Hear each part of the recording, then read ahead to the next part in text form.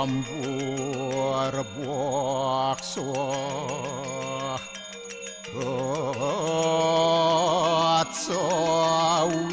Atsawitur Warenyam Borgu Dewa Sidiamahi Diwayana Paracudayat Om Narayanu Ewidam Sarum Yad Buatam Yastyabawiyam Neskalanku Niranjan Niruya Kalku Nirakyata Sududewiku Narayanu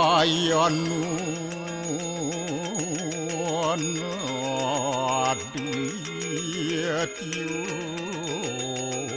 Astyakastit Om Tuam Siwa Tuam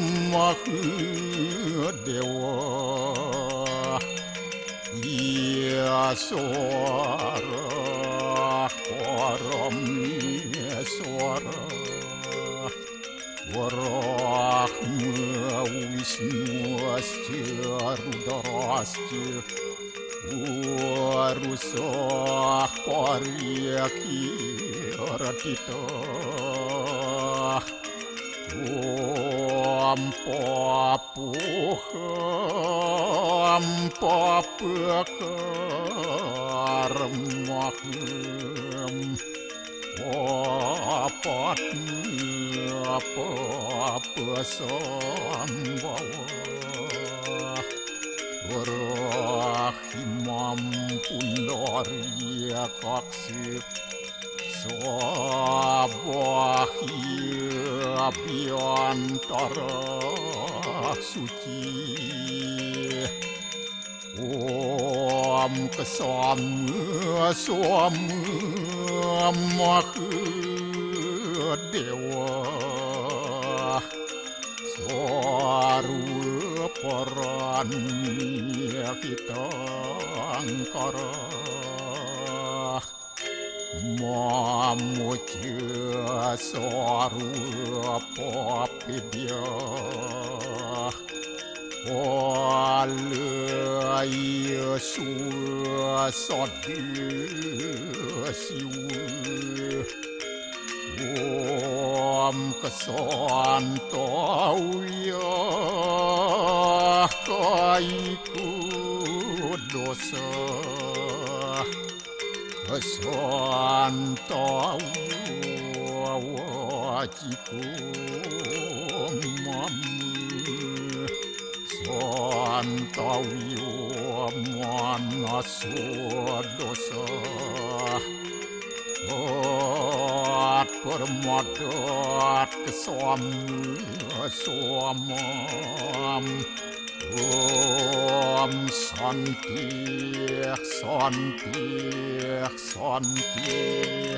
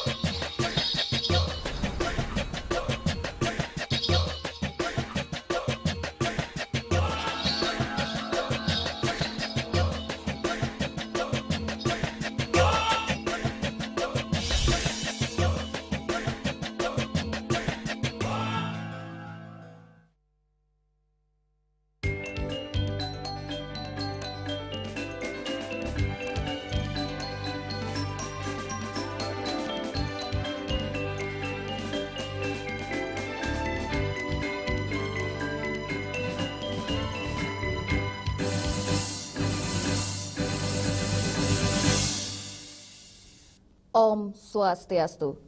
Pemirsa Bali TV seputar Bali kembali hadir dengan menyajikan sejumlah informasi, diantaranya turis asing kerja ilegal di Bali, Serikat Pekerja minta pengawasan diperketat. Warga Banyuasri datangi MDA Bali terkait kisruh ngadegang bendesa adat. Jangan lewatkan juga informasi menarik lainnya yang sudah disiapkan tim redaksi kami. Bersama saya Rai Setiawati, inilah Seputar Bali selengkapnya.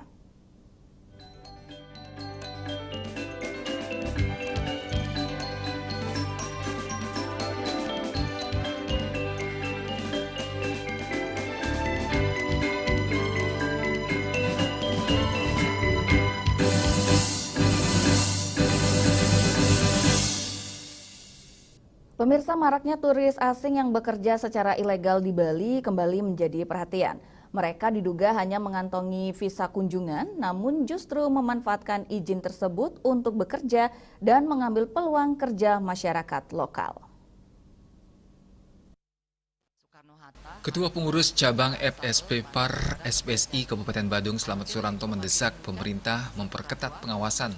Menurutnya, fenomena turis asing yang nyambi bekerja di Bali terus berulang dalam beberapa tahun terakhir. Padahal para wisatawan ini hanya diberikan izin tinggal melalui visa kunjungan yang tidak memperbolehkan mereka bekerja, namun kenyataannya sejumlah oknum tetap menyalahgunakan izin tersebut untuk melakukan pekerjaan yang sebenarnya dikerjakan oleh tenaga lokal. Ia menilai praktik tersebut merugikan pekerja lokal dan perlu mendapat perhatian serius dari pemerintah untuk melakukan pengawasan ketat instansi terkait dari pintu masuk bandara, sidak imigrasi, dan laporan dari masyarakat jika menemukan wisatawan tempat tinggal di wilayahnya membuka usaha perlu dicurigai. Dan masukan kami dari saya dari Suranto sebagai serikat pekerja, kan memang sudah banyak tentang pemeriksaan itu. Harapan kami adalah itu dilakukan secara mendadak dan bekerja sama atau bersinergi dengan seluruh lingkungan. Jadi saya bukan menginginkan, saya semoga tidak ada bahwa ada kebocoran tentang sidak-sidak yang dilakukan imigrasi. Jadi kalau ada sidak, lakukan dengan aparat-aparat di desa, kepolisian atau segala macam, agar mereka akan bisa mengecek ke tempat-tempat di mana ada wisatawan yang tinggal di Bali. Kalau wisatawan itu kan jangka waktu kan sebenarnya sudah jelas. Tapi kalau sampai setahun dengan keluar masuk, mungkin dengan kitas diperpanjang, ini juga pertanyaan sebetulnya. Pemerintah harus bisa melihat wisatawan ini di sini berperpanjang ada apa. Nah, jadi itu. Nah, itu akhirnya kita semua bisa akan menyikapi tentang para wisatawan yang bekerja itu otomatis ilegal dengan semua pihak. Saya tidak menyalahkan semua, tapi kita semua pihak harus bekerja untuk menyikapi jangan sampai orang asing ini itu tidak bisa terdeteksi dan menjadi semakin liar di Bali. Slamet Suranto menegaskan pihaknya tidak menolak keberadaan pekerja asing di Bali, namun mereka harus mengikuti aturan dan mengantongi izin yang legal. Dengan pengawasan yang lebih ketat, ia berharap penyalahgunaan visa kunjungan dapat ditekan sehingga tidak merugikan masyarakat lokal. Winata, Bali TV. Federasi Serikat Pekerja Pariwisata, Serikat Pekerja Seluruh Indonesia, FSP PAR SPSI, Unit Four Seasons Resort Bali at Jimbaran Bay, Badung menggelar musyawarah unit kerja keempat Rabu pagi di hotel setempat. Dari musyawarah unit kerja ini akhirnya calon tunggal I Gusti Putu Alit Suwardika ditetapkan sebagai Ketua FSP PAR SPSI, Unit Four Seasons Resort at Jimbaran periode 2025-2029. Kegiatan musyawarah unit kerja Musnik keempat FSP Pariwisata Unit Four Seasons Resort Bali at Jimbaran Bay dibuka secara resmi oleh Ketua Pengurus Cabang FSP PAR SPSI Kabupaten Badung Slamet Suranto. Musnik ini menjadi momentum penting dalam memperkuat sinergi antara serikat pekerja dan manajemen serta arah kebijakan organisasi untuk masa mendatang. Ketua PUK FSP PAR SPSI Unit Four Seasons Resort Bali at Jimbaran Bay periode 2021-2025 I Ketut Suarsana menyatakan, pengurus lama mengucapkan terima kasih ke manajemen telah dapat menjalankan program kerja selama 5 tahun. Kedepan ia berharap kepengurusan baru tetap berada jalannya, serta kekurangan pengurus sebelumnya dapat dituangkan program kerja periode selanjutnya. Kalau hubungan kami sangat luar biasa baiknya. Tentunya kami sering berkomunikasi, selaku perwakilannya adalah HRD kami memberikan masukan, atau kami juga saling mengisi yang mana perlu kami perbaiki, yang mana kami perlu tambahkan atau kurangi. Kami selalu mengadakan komunikasi yang intens dengan HRD kami. Sementara Ide Bagus Narayana Manuabe, Direktur of People and Culture Foundation Research Bali Jimbaran B, mewakili manajemen mengatakan, Musnik merupakan forum tertinggi dari organisasi serikat pekerja untuk menentukan arah kerja, komunikasi, serta mempererat hubungan antara pekerja dan manajemen. Juga bukan hanya menjadi suatu agenda rutin, agenda seremonial, bukan hanya menjadi suatu acara yang merencanakan program ke depan, tapi juga bisa menjadi sebuah media untuk pembelajaran. Karena saya senang sekali melihat yang hadir pada Musnik ini banyak sekali kader-kader muda, karena dengan organisasi yang ke depan yang lebih kuat, harapan tadi sebagai mitra akan menjadi lebih terwujud dia. Ketua Pengurus Cabang FSP PAR SPSI Kabupaten Badung Slamet Suranto menjelaskan Musnik ini amanah dari ADART organisasi, di mana kegiatan ini untuk menerima pertanggungjawaban pengurus sebelumnya, menyusun program kerja serta memilih pengurus baru. Dan musyawarah kerja di sini programnya atau agendanya adalah 3, mengenai pelaporan pertanggungjawaban pengurus masa yang sebelumnya, menyusun program kerja, dan memilih pengurus baru. Dan di Four Seasons ini dilakukan sudah yang keempat kalinya. Jadi kami berharap kepada seluruh peserta yang ada di Four Seasons untuk Musnik hari ini, tolong dengan sungguh-sungguh mengikuti Musnik dan bisa menelurkan putusan-putusan, khususnya program kerja, untuk bekal pengurus yang akan dilantik hari ini. Dari musyawarah unit kerja ini, dari proses penjaringan akhirnya calon tunggal I Gusti Putu Alit Suwardike ditetapkan sebagai Ketua FSP PAR SPSI Unit Four Seasons Research at Jimbaran periode 2025-2029. Winata, Bali TV. ASLPD Tabanan kembali menggelar pelatihan bagi pegawai LPD di Gedung BPD Cabang Tabanan pada Rabu 10 Desember 2025. Pelatihan kali ini khusus diikuti oleh bagian penyarikan atau sekretaris LPD.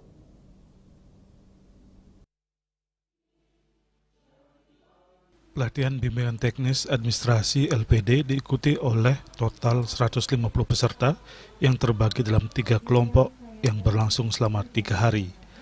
Pelatihan administrasi ini dibuka secara resmi oleh PLT Kadis Koperasi UKM Nakar Kabupaten Tabanan I Gusti Ayu Supartiwi, didampingi oleh Ketua BKS LPD Kabupaten Tabanan Wayan Wintanaya.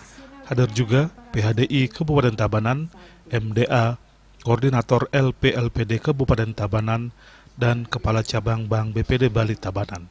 BIMTE Administrasi menghadirkan narasumber dari LPLPD Provinsi Bali. Pelatihan ini merupakan agenda rutin BKS LPD Kabupaten Tabanan dalam rangka untuk terus meningkatkan kualitas dan profesionalisme pegawai LPD. Untuk pelatihan kali ini dikhususkan bagi pegawai di bidang sekretaris atau penyarikan LPD yang kesehariannya bertugas mengurusi bidang administrasi. Bagian administrasi merupakan bagian yang memiliki peran penting ketika adanya audit, pemeriksaan, dan sejenisnya. Dokumentasi dan arsip yang tertata rapi akan menjamin akuntabilitas, transparansi, kepatuhan regulasi, memfasilitasi pengambilan keputusan, dan mengurangi risiko kehilangan data. Selain itu, manajemen arsip yang baik akan menjaga keberlangsungan operasional sebagai bukti sah transaksi dan operasional yang pada akhirnya membangun kepercayaan nasabah. Lanjutannya sampai dengan ke IT. Khusus untuk tema dan sistem administrasi LPD, agar kita di Kabupaten Tabanan khususnya bisa punya standar untuk sistem administrasinya. Apa tujuannya, Pak? Ya, tujuannya adalah menertibkan administrasi, karena itu salah satu ciri kita tertib administrasi. Sementara PLT Kepala Dinas Koperasi UKM dan Naker Kabupaten Tabanan Gusti Ayu Supartiwi mengapresiasi pelatihan ini. SDM berkualitas dan profesional merupakan aset penting dalam menjalankan LPD di tengah persaingan dengan lembaga sejenis di era digital ini. Saya menyambut baik dan memberikan apresiasi kegiatan pelatihan terhadap Prajuru LPD, karena kita harus mempertahankan LPD sebagai salah satu lembaga perkreditan desa yang dikelola oleh adat yang ada di Bali, untuk kita pertahankan dan lestarikan. Sehingga melalui pelatihan ini kami berharap bahwa SDM pengelola LPD itu akan mampu membawa LPD ke arah yang lebih baik, sehingga mampu memberikan kemanfaatan sebesar-besarnya bagi masyarakat. BKS LPD Kabupaten Tabanan ke depan juga akan merancang pelatihan untuk pegawai bidang lainnya, seperti bagian kredit, kasir, pengawas, dan bagian-bagian lainnya. Dari pelatihan ini diharapkan SDM LPD di Kabupaten Tabanan makin profesional sehingga bisa memberikan pelayanan terbaik kepada masyarakat yang pada akhirnya bisa meningkatkan kepercayaan dan semangat masyarakat dalam menjaga LPD. Riasa Bali TV. Warga Banyuasri datangi MDA Bali terkait kisruh ngadegang bendesa adat. Kami segera kembali dengan laporannya.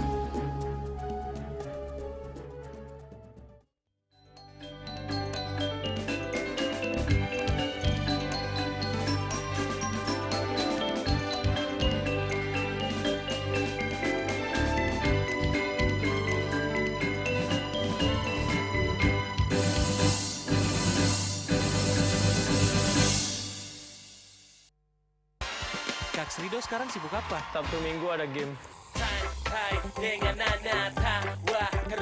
Serpet aduh. Luwak hitam baru dengan teknologi slow roasting bikin nyaman di lambung. Selamat kepada para pemenang undian Kopi Luwak. Terima kasih Kopi Luwak. Menangkan 50 juta atau nonton bareng sepak bola di Amerika. Untuk kalian yang belum menang, buruan kirim. Jangan sampai ketinggalan. Luwak hitam baru, nggak kemanisan, mantap. Cat Color dengan daya sebar yang luas, cepat kering, dilengkapi 39 pilihan warna.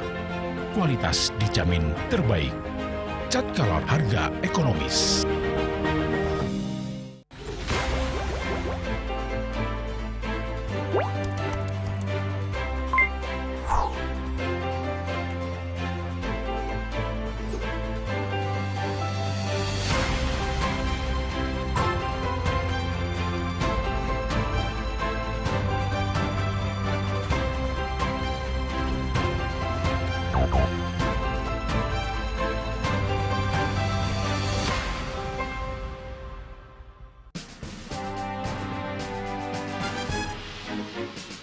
Di Nusa Penida, cuaca panas terik ini kini membuat sebagian besar wilayah Nusa Penida semakin kering dan tandus Rupiah. Herawati mengatakan kini telah dilakukan penyitaan 31 juta rupiah.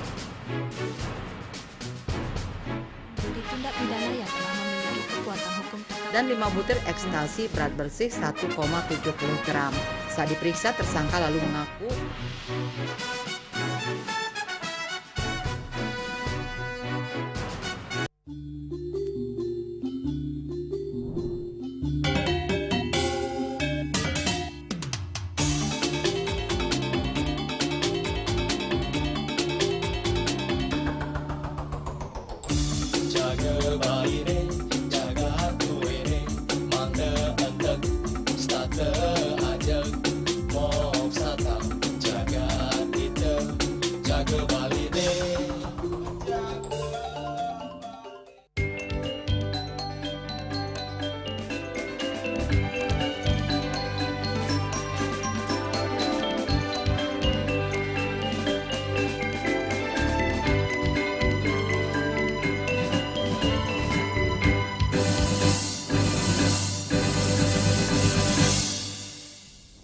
Pemirsa, puluhan keramat desa adat Banyuasri, Kecamatan Buleleng datangi kantor Majelis Desa Adat atau MDA Provinsi Bali di Denpasar pagi tadi. Klien Desa Adat Banyuasri, Nyoman Mangku Widiasa, menegaskan ingin minta jawaban dari MDA Provinsi tentang surat keputusan yang bersifat final dan mengikat permasalahan ngadegang atau pemilihan desa adat yang selama hampir 4 tahun tidak dikeluarkan pengubahan.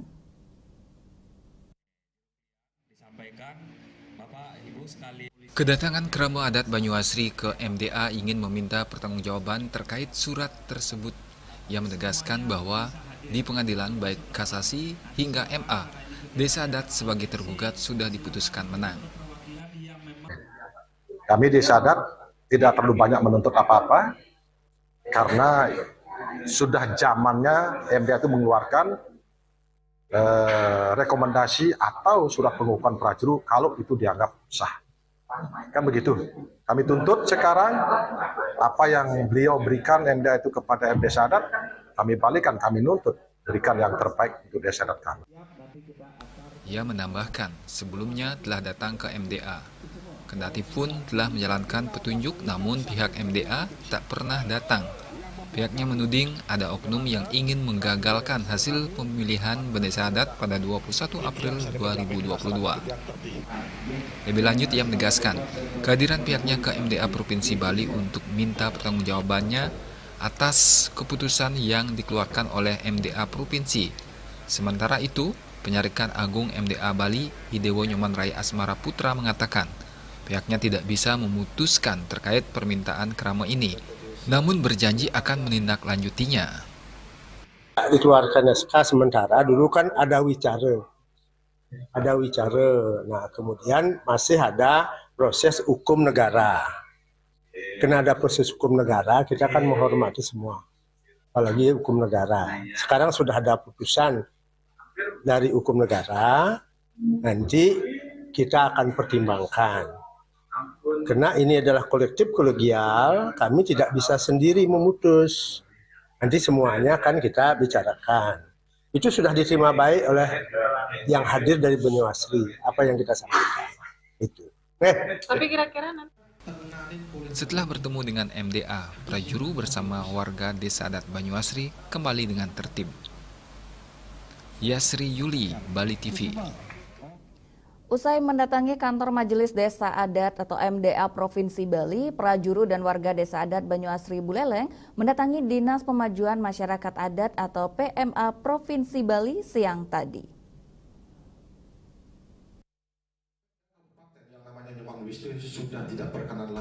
Prajuru dan warga Desa Adat Banyuasri yang dipimpin oleh klien Desa Adat Banyuasri, Nyoman Mangku Widiasa, diterima langsung oleh Kepala Dinas Pemajuan Masyarakat Adat PMA Provinsi Bali, I Gusti Agung Ketut Kartika Jaya Saputra.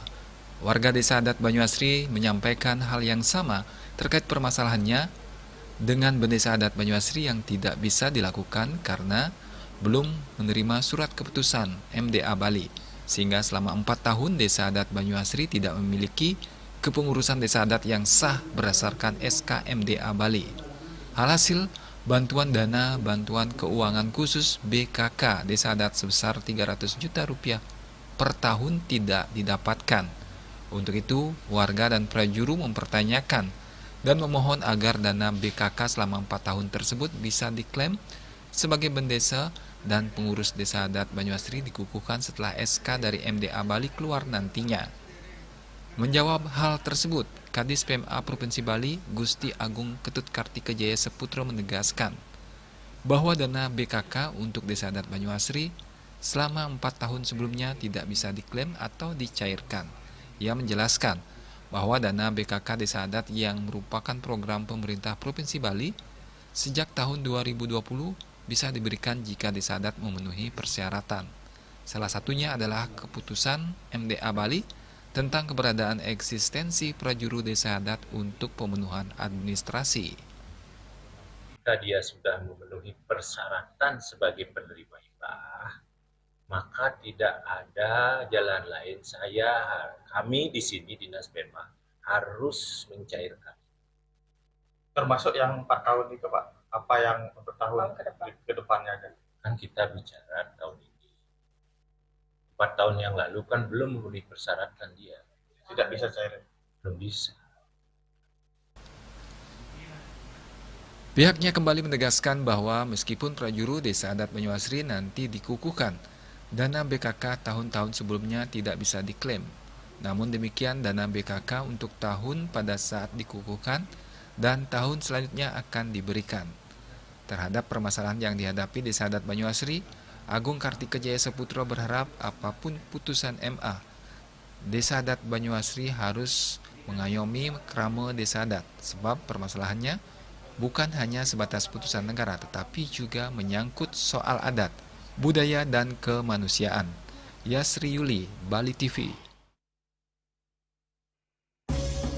Kami akan segera kembali dengan informasi. Mensos ingatkan influencer hingga artis yang open donasi untuk taat aturan.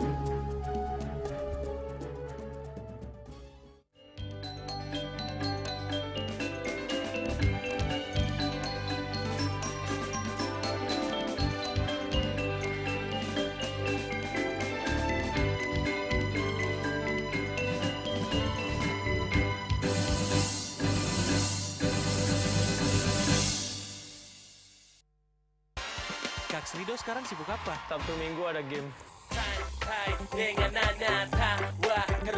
Serpet aduh. Luwak hitam baru dengan teknologi slow roasting bikin nyaman di lambung. Selamat kepada para pemenang undian Kopi Luwak. Terima kasih Kopi Luwak. Menangkan 50 juta atau nonton bareng sepak bola di Amerika. Untuk kalian yang belum menang, buruan kirim. Jangan sampai ketinggalan. Luwak hitam baru, nggak kemanisan, mantap. Hemco, cat kayu dan besi. Puniki kemariang disampun anak ke alit nekili. Metapah kalau ke bos, mepandes dikawin sangi, mesin drama. Antar ketua Banjar Jakarta Selatan hari di Jakarta Selatan para pinangite miwah tokoh-tokoh umat Hindu. Emansipasi miwah penyarengan kerama istri saha anggen TPS Cangin Purikau wenten taler 6 TPS sanik kaayahin oleh kerama istri inggian ring TPS 6.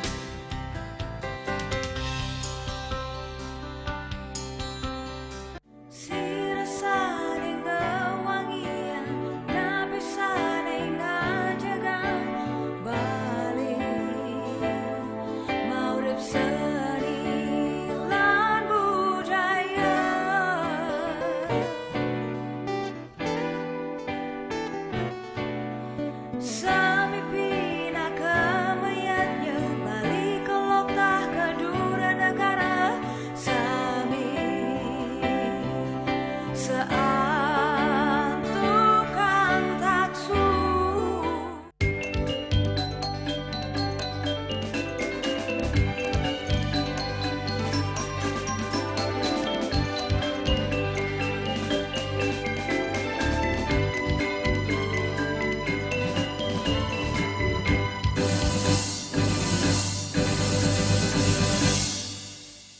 Pemirsa, Menteri Sosial Saifullah Yusuf atau Gus Ipul mengingatkan soal kepatuhan terhadap aturan izin penggalangan dana untuk membantu korban bencana banjir bandang dan tanah longsor di Aceh, Sumatera Utara, dan Sumatera Barat. Hal ini disampaikan Gus Ipul menanggapi maraknya aksi solidaritas berbagai pihak, mulai dari artis hingga influencer yang membuka donasi hingga miliaran rupiah untuk disalurkan ke 3 provinsi tersebut.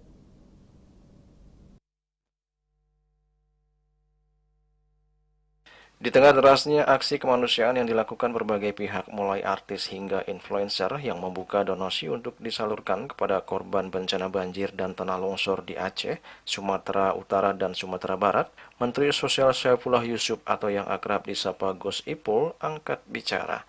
Ia bahkan mengingatkan pentingnya satu hal, yakni kepatuhan terhadap aturan izin penggalangan dana. Hal itu disampaikan Gus Ipul di kantor Kementerian Sosial Salemba, Jakarta pada Selasa 9 Desember 2025. Gus Ipul menegaskan bahwa setiap bentuk penggalangan dana meski terlihat kecil dan sederhana seharusnya memperoleh izin resmi dari pemerintah. Gus Ipul menjelaskan jika aturan ini bukan untuk menghambat, melainkan untuk memastikan bahwa dana yang dikumpulkan benar-benar terkelola dengan baik, transparan, dan bisa dipertanggungjawabkan.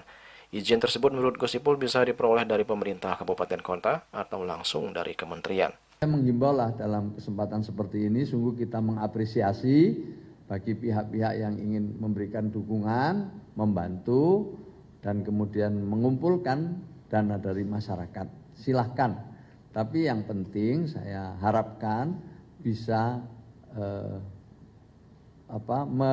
memenuhi ketentuan yang ada dengan mendaftar, ya, yang dengan sangat mudah sekarang bisa dengan online juga, gitu, supaya semua itu tercatat dengan baik dan bisa dipertanggungjawabkan.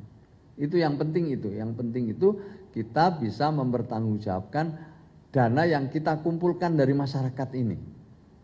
Selain Mensos, kritikan terhadap aksi sosial yang dilakukan sejumlah artis hingga influencer juga disampaikan anggota Komisi 1 DPR RI dari fraksi Gerindra, Endipat Wijaya. Dalam rapat kerja dengan Menkom Digi pada Senin 8 Desember lalu, ia meminta Kementerian Komunikasi dan Digital untuk lebih agresif mengaplikasi kerja pemerintah agar tidak kalah pamor dibandingkan aksi relawan yang dinilainya cuma datang sekali. Endipat juga secara spesifik membandingkan nominal bantuan relawan dengan anggaran negara. Mohon Ibu fokus nanti ke depan Kementerian Komdigi ini mengerti dan tahu persis isu sensitif nasional dan membantu pemerintah memberitahukan dan mengamplifikasi informasi-informasi itu sehingga nggak kalah viral dibandingkan dengan teman-teman yang sekarang ini sok paling-paling di Aceh, di Sumatera dan lain-lain itu, Bu. Ada orang yang cuma datang sekali seolah-olah paling bekerja di Aceh, padahal negara udah hadir dari awal. Ada orang baru datang, baru bikin satu posko, ngomong pemerintah enggak ada, padahal pemerintah sudah bikin ratusan posko di sana. Jadi yang kira-kira yang seperti itu, Bu, mohon jadi atensi dan dikembangkan sama Komdigi untuk menjadi informasi publik yang sehingga publik itu tahu kinerja pemerintah itu sudah ada dan memang sudah hebat. Orang per orang cuma nyumbang 10 miliar, negara udah triliun-triliunan ke Aceh itu, Bu. Jadi yang kayak gitu mohon dijadikan perhatian sehingga ke depan tidak ada lagi informasi yang seolah-olah negara tidak hadir di mana-mana. Sementara tanggapan berbeda justru disampaikan Wakil Presiden Gibran Raka Buming Raka melalui keterangan tertulisnya pada Selasa 9 Desember 2025. Gibran menyampaikan terima kasih kepada seluruh masyarakat Indonesia yang telah berdonasi membantu warga terdampak bencana di Sumatera. Ia pun turut mengapresiasi gerakan masyarakat yang dilakukan Ferry Irwadi, Pras Teguh, Willy Salim, serta komunitas masyarakat lainnya. Gibran pun berharap bantuan dari warga untuk warga ini bisa membantu dan menjadi dukungan moral bagi para korban. Julius Martin dan Ketut Semadias melaporkan. Menko Bidang Perekonomian Erlangga Hartarto mengungkapkan terkait dari pendanaan pembangkit listrik tenaga panas bumi Muara Laboh Unit 2 di Sumatera Barat sudah didapatkan dan mencapai financial close yang dihimpun oleh Asia Zero Emission Community. Proyek berkapasitas 88 MW tersebut mempunyai investasi hingga 8,2 triliun dan akan mulai dikerjakan di tahun 2027. Dalam keterangan pers di Jakarta, Menko Bidang Perekonomian Erlangga Hartarto mengungkapkan pendanaan pembangkit listrik tenaga panas bumi Muara Laboh Unit 2 di Sumatera Barat sudah didapatkan dan mencapai financial close yang dihimpun oleh Asia Zero Emission Community. Proyek berkapasitas 88 MW tersebut mempunyai investasi hingga 8,2 triliun dan akan mulai dikerjakan di tahun 2027. Menurut Erlangga, pendanaan proyek PLTP Muara Laboh Unit 2 oleh CBIC ini merupakan komitmen kerjasama pemerintah Indonesia dan pemerintah Jepang terkait transisi energi melalui Asia Zero Emission Community. Proyek antara lain proyek Saguling ya, untuk floating PV, kemudian geothermal antara lain Muara Laboh, kemudian yang untuk PLTSA contohnya Legok Nangka, dan kemudian juga ada transmission di Sumatera koridor, Sulawesi koridor, kemudian pembangkit listrik tenaga angin itu di Sumatera Selatan. Jadi desalinasi juga dilakukan. Dan untuk mempercepat, karena kemarin ini sudah dari launching sampai sekarang itu sudah sekitar 3 billion US bisa ditarik, dan on the pipeline sekarang 5 miliar US dollar. Dan tentu kita berharap bahwa 20 billion dollars ini kita bisa segera serap dalam program konkret yang ada nanti, dan itu semua sebetulnya sudah on the pipeline dan dokumentasi juga sudah disiapkan, dan juga ada involvement dari perbankan, G-Fence, KFP maupun ADB. Ya, ada lagi? Selain PLTP Muara Laboh, Airlangga juga membeberkan bahwa sejumlah proyek lain juga telah masuk dalam kategori. Adapun keseluruhan proyek tersebut antara lain proyek Waste to Energy, Legok Nangka, PLTP Sarula, serta proyek transmisi listrik dari Jawa ke Sumatera.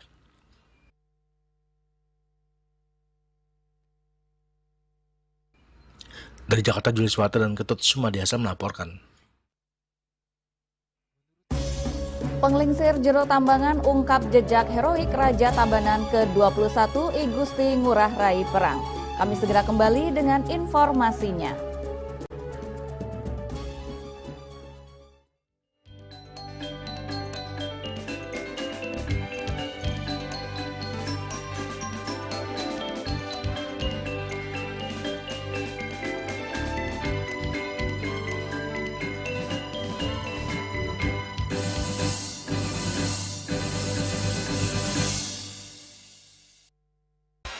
Kak Srido sekarang sibuk apa? Sabtu Minggu ada game. Santai dengan Nana Tawa terus mengalir. Serpot aja dulu. Luak hitam baru dengan teknologi slow roasting bikin nyaman di lambung. Selamat kepada para pemenang undian Kopi Luwak. Terima kasih Kopi Luwak. Menangkan 50 juta atau nonton bareng sepak bola di Amerika. Untuk kalian yang belum menang, buruan kirim. Jangan sampai ketinggalan. Luwak hitam baru, nggak kemanisan, mantap. Hamco, cat kayu dan besi.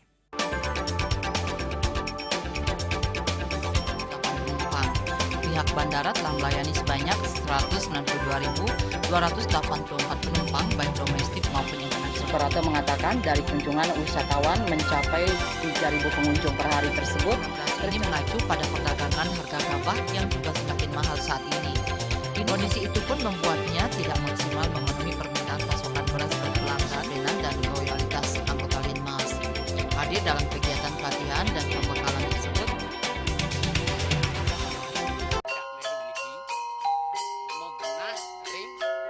selanjutnya tahun 1639 atau tahun 1707 akan di pura ini dapat dikelompokkan Ratu Penatih,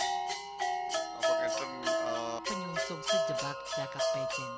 pengempon hijau selaku pengalian pengempon jumlah warga serta memohon taksu bagi mereka para penekun spiritual atau balian di Bali.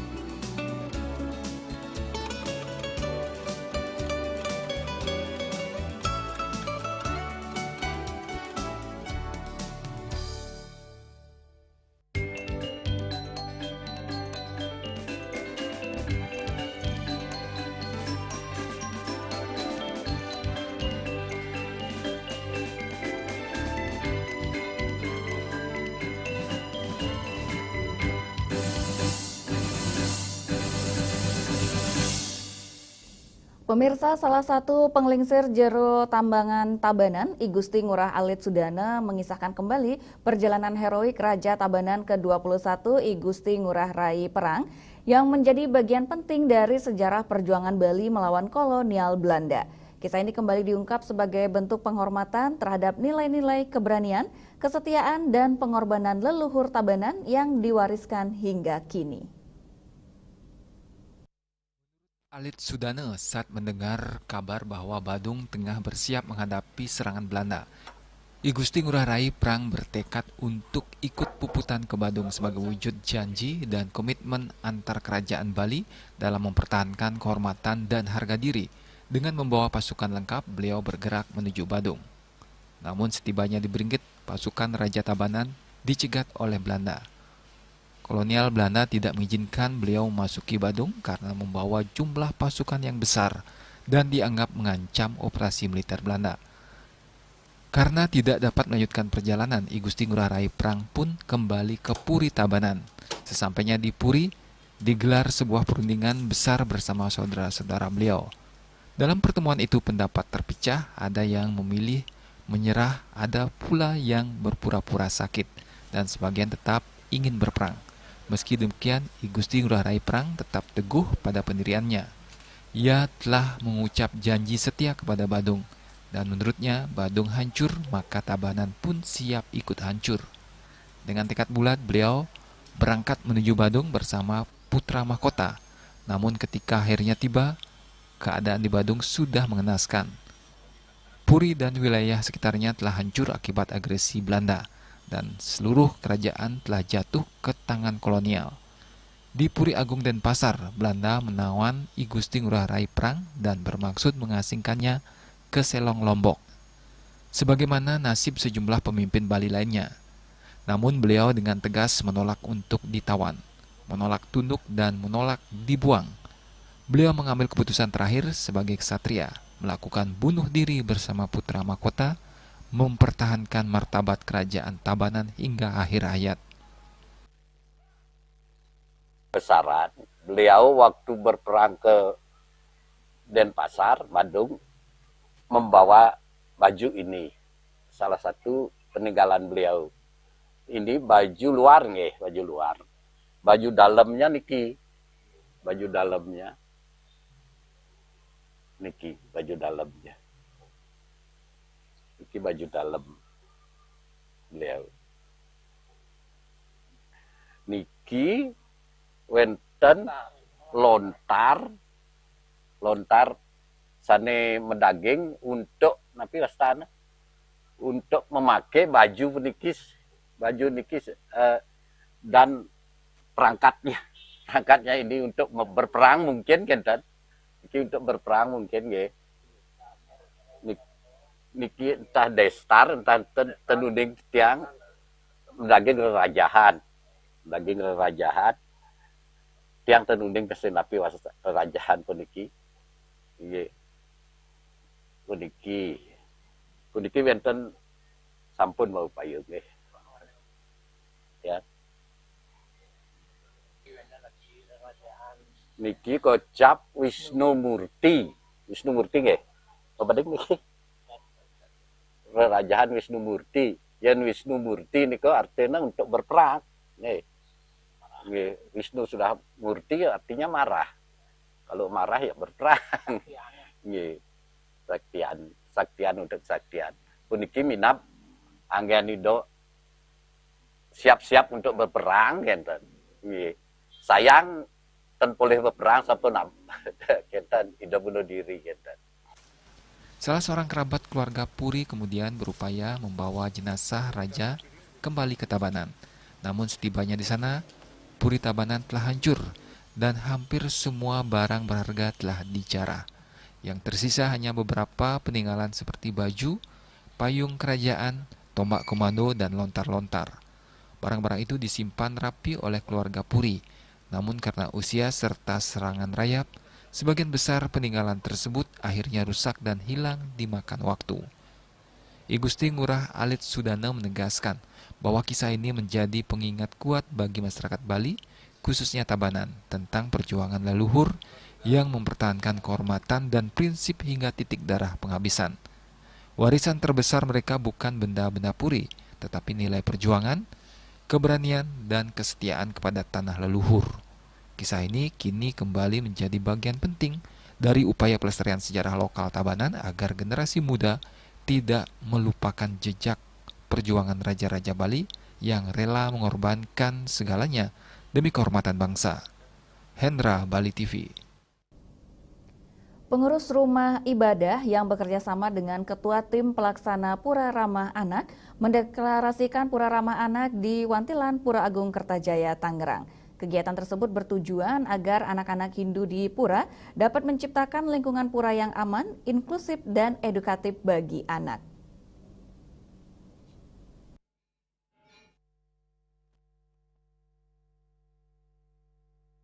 Pengurus rumah ibadah yang bekerjasama dengan Ketua Tim Pelaksana Pura Ramah Anak mendeklarasikan Pura Ramah Anak yang bertempat di Wantilan Pura Agung Kertajaya, Tangerang. Salah satu ketua pengurus rumah ibadah atau Ketua Sukaduka Banjar Tangerang, Imade Suharta, mengatakan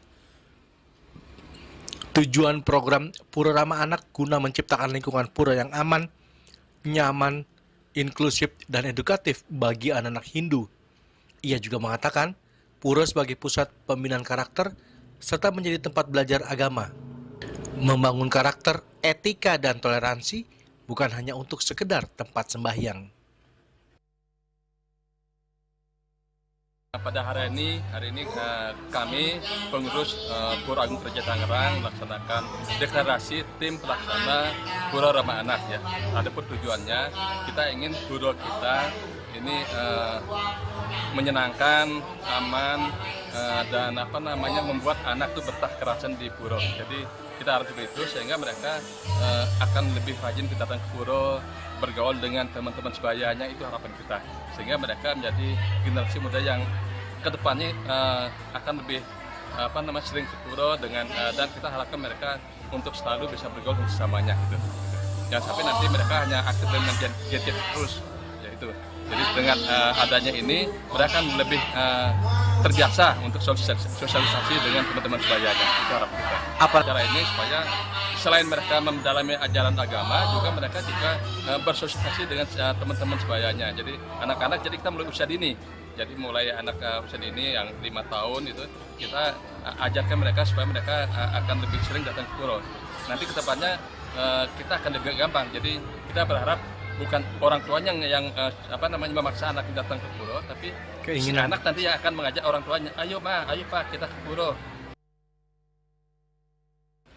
Sementara itu, Ketua Tim Pelaksana Pura Ramah Anak Inyoman Maharsa mengatakan pura sebagai ruang kreatif dan pengembangan sebagai pusat kegiatan belajar, berolahraga, dan bersosialisasi untuk membentuk anak generasi Hindu yang unggul dan berkarakter. Tim pelaksana Pura Ramah Anak itu berharap anak-anak itu terlindungi, mendapatkan suasana yang aman, pasti ada pura, nyaman, dan lain sebagainya. Itu paling utama. Terus implementasi ke depan, tim ini sudah membuat sebuah program dengan bidang-bidang yang kita bentuk, akan dia bertugas tentang pendidikan, dan sebagainya. Seperti salah satu contoh background ini kan ada kewajiban anak. Jadi kewajiban anak itu saya sudah tempel setiap ruang kelas. Udah ada ya? Sudah ada. Dengan harapan sebelum mata pelajaran dimulai, siswa ditunjuk oleh gurunya untuk membaca itu. Lama-kelamaan dia akan hafal, ya. Setelah itu dia akan menerapkan. Misalkan tidak boleh memukul anak, harus menyayangi teman. Umumnya kan itu kan, menyayangi teman. Itu salah satu. Semua program kegiatan rutin kita sudah buat dalam 1 tahun sampai 2006. Setelah ini kita laksanakan. Itu cara menerapkan bahwa lingkungan pura itu ramah anak. Termasuk fasilitas apa maunya anak, kita juga lindungi, kita apresiasi. Dari Tangerang, Juli Suwata dan Ketut Sumadiasa melaporkan. Pemirsa, jangan beranjak dulu, kami segera kembali dengan laporan 1.341 hektar sawah di Sumbar alami puso akibat bencana alam.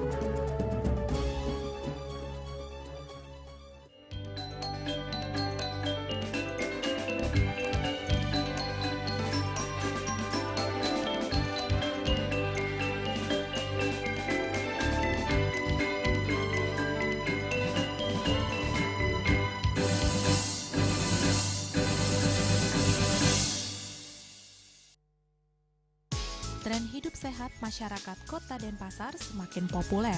Gaya hidup sehat perlu dijaga secara konsisten untuk menjaga kebugaran tubuh. Pemeriksaan rutin juga perlu dilakukan agar kesehatan semakin terjaga. Sekarang, masyarakat bisa melakukan cek kesehatan gratis. Ini merupakan kado ulang tahun dari pemerintah untuk membantu masyarakat hidup lebih sehat. Cek kesehatan gratis meliputi berbagai pemeriksaan dasar dan lanjutan yang bertujuan untuk mendeteksi dini berbagai penyakit dan masalah kesehatan. Masyarakat bisa mengecek kesehatan mereka mulai dari kelompok bayi hingga lanjut usia di puskesmas terdekat.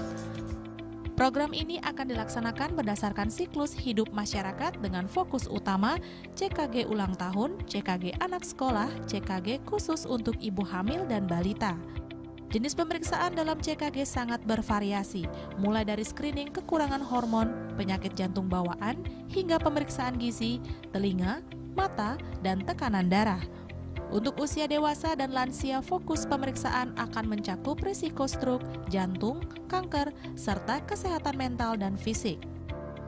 Untuk mendapatkan cek kesehatan gratis, kita bisa mendaftar lewat aplikasi Satu Sehat Mobile atau WA di 081110500567 atau bisa juga datang ke puskesmas terdekat. Masyarakat bisa melakukan pemeriksaan kesehatan mulai dari bayi hingga lansia di puskesmas terdekat.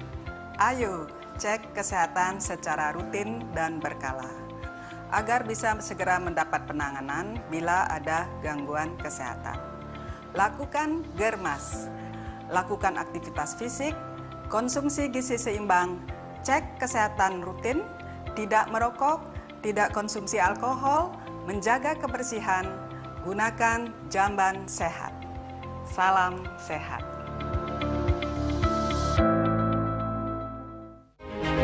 Cat Color dengan daya sebar yang luas, cepat kering, dilengkapi 39 pilihan warna. Kualitas dijamin terbaik. Cat Color harga ekonomis.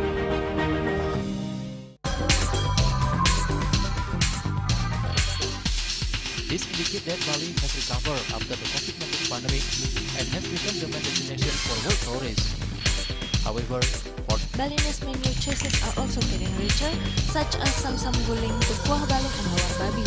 Although many restaurants serve similar menus made from pork, Sky, they leave behind telltale characteristics of fragments of DNA circulating in the blood, called cell-free DNA.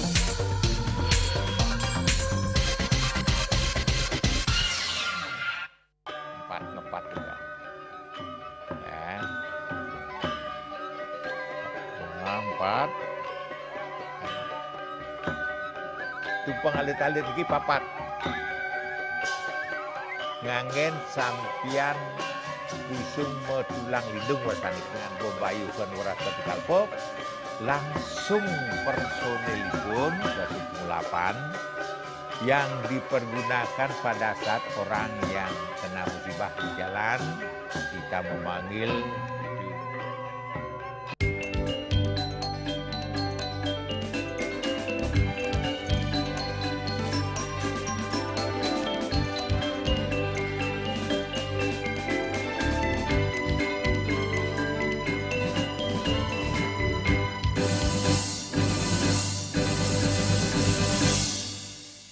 Pemirsa, dari 4.507 hektar sawah, sebanyak 1.341 hektar diantaranya mengalami puso atau gagal panen akibat banjir bandang yang terjadi akhir November lalu di Provinsi Sumatera Barat. Dari 16 kabupaten dan kota yang terdampak bencana tersebut, puso tertinggi dialami Kabupaten Padang Pariaman, Agam, Pasaman Barat, Solok, Pesisir Selatan, dan Kota Padang.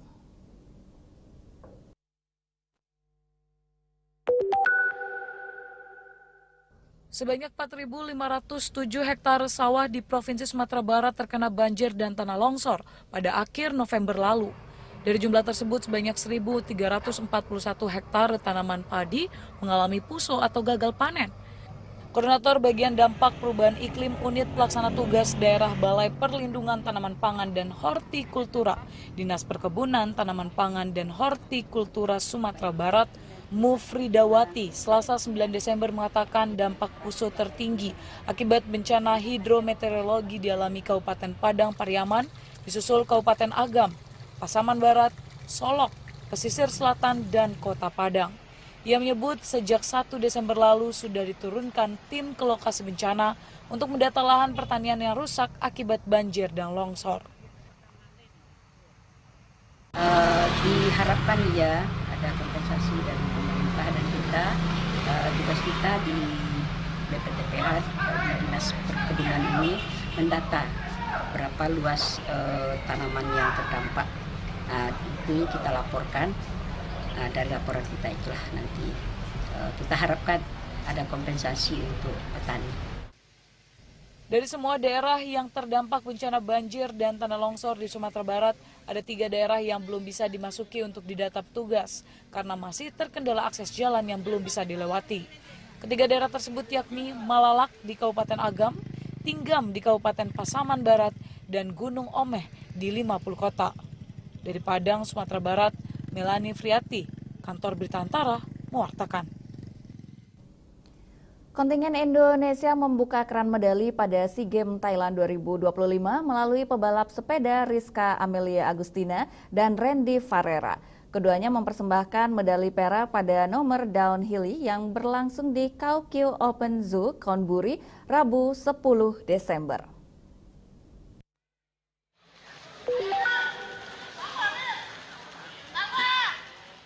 Kontingen Indonesia membuka perolehan medali pada ajang SEA Games Thailand 2025 melalui cabang olahraga balap sepeda.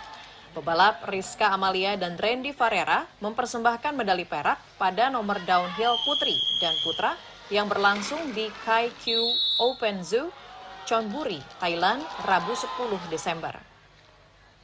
Bertanding di lintasan yang penuh tikungan dan turunan curam ini, Rizka tampil impresif dan sukses mencatatkan waktu 3 menit 4 detik. Catatannya tersebut hanya selisih 1 detik saja dengan wakil tuan rumah, Dika Beles, yang mencatatkan waktu 3 menit 3 detik. Bagi Rizka, medali yang diraihnya ini berkesan yang sangat mendalam. Selain karena menjadi SEA Games perdananya, proses persiapan yang penuh dinamika juga dinilainya memiliki tantangan tersendiri. Lumayan banyak ujiannya. Dari pertama saya latihan, saya crash dan saya cedera tulang rusuk, tapi saya tahan. Lalu tadi pagi saya warming up juga crash lagi, itu lumayan cukup pressure. Tapi saya balik lagi, saya harus lebih tenang, tidak memikirkan apapun, dan saya bisa main dengan maksimal. Untuk tadi sebenarnya hasilnya udah hampir menang, cuman mungkin memang rezekinya nomor 2. Sementara itu di nomor downhill putra, Randy Farrera juga mempersembahkan medali yang sama bagi kontingen Garuda. Randy mencatatkan waktu 2 menit 38 detik. Medali emas diraih atlet Thailand Metasit Bunasane dengan torehan waktu 2 menit 37 detik. Dan medali perunggu ditempati atlet Filipina John Derrick Fard dengan waktu 2 menit 43 detik. Dari Chonburi, Thailand, Mardiansyah Al-Afghani, Kantor Berita Antara, mewartakan. Dan kini kami sampaikan informasi perakiran cuaca untuk kabupaten kota di Bali.